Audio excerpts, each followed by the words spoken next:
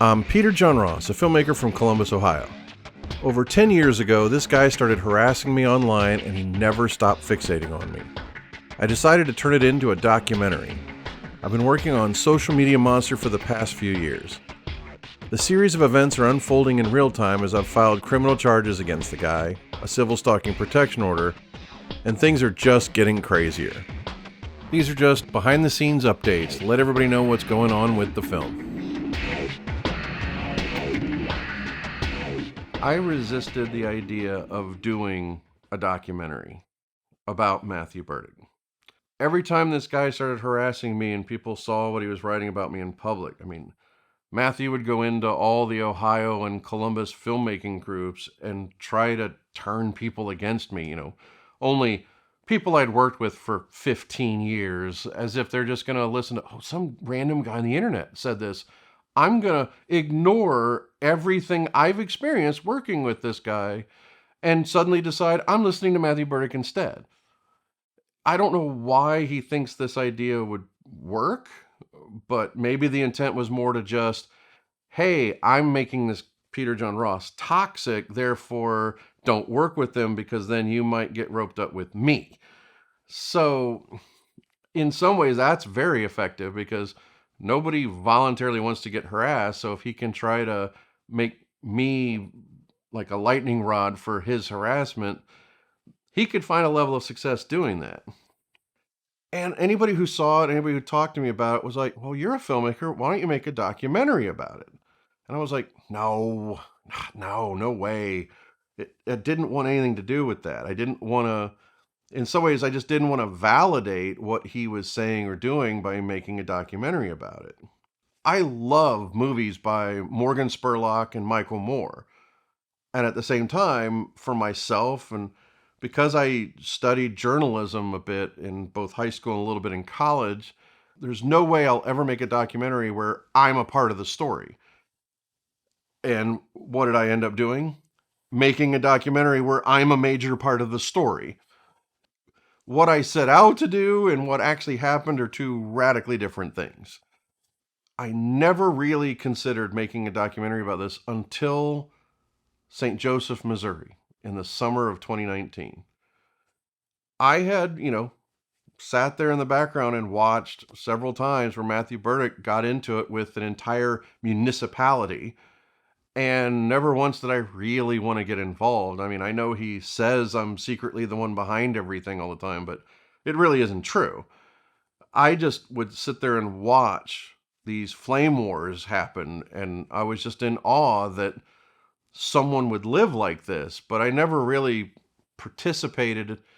Because he talked about me so much, someone would occasionally reach out to me. So yeah, I would answer their questions and talk to them, but I didn't really have any major involvement.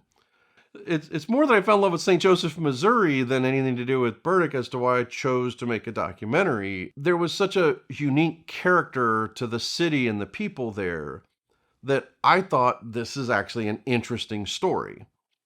But even then, I still didn't commit to making a documentary until the Ramey Memo Band announced they were going to do a benefit concert.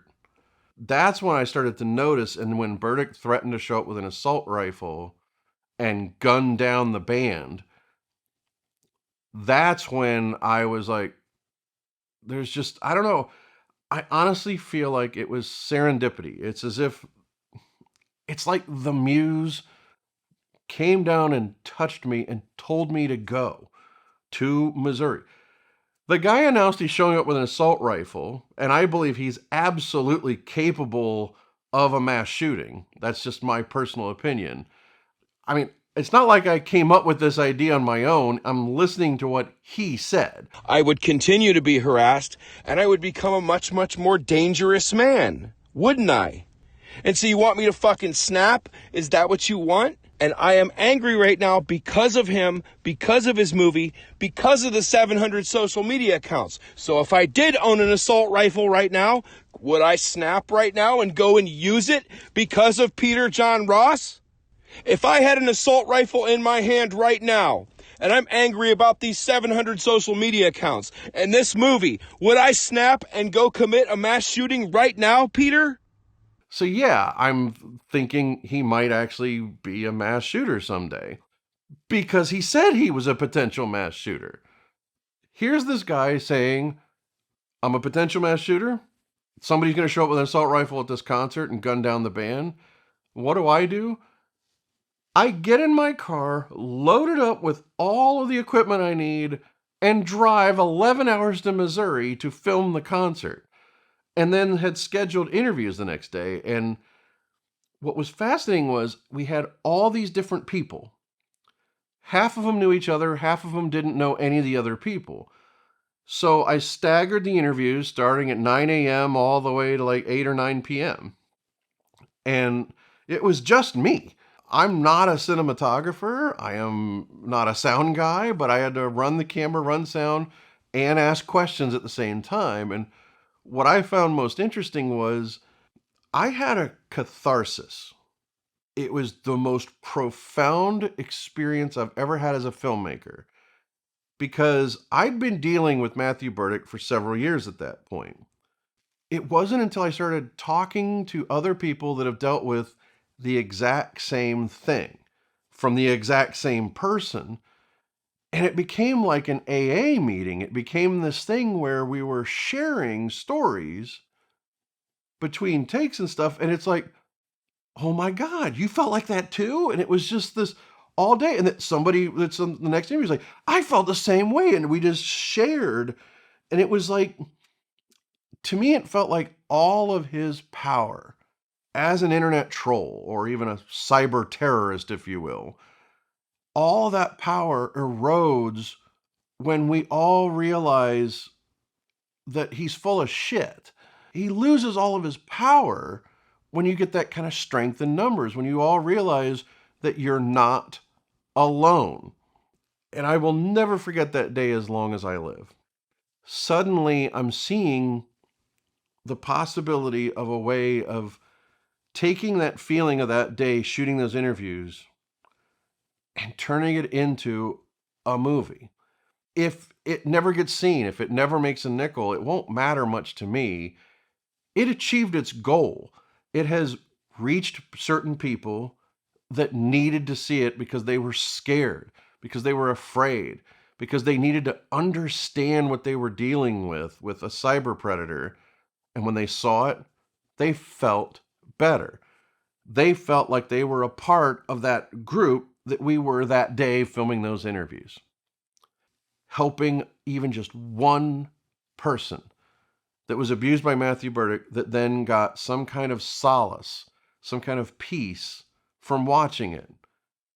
That's mission accomplished. No amount of money can buy that. That's why we're making more. That's why we keep filming more stuff and trying to help more people. That was the beginning of me changing as a person, was that one shoot day in February 2019. That's when I really started to think there might really be a story here. There might be something that people are interested in seeing. And I couldn't be happier with what the movie has become, how it helps people.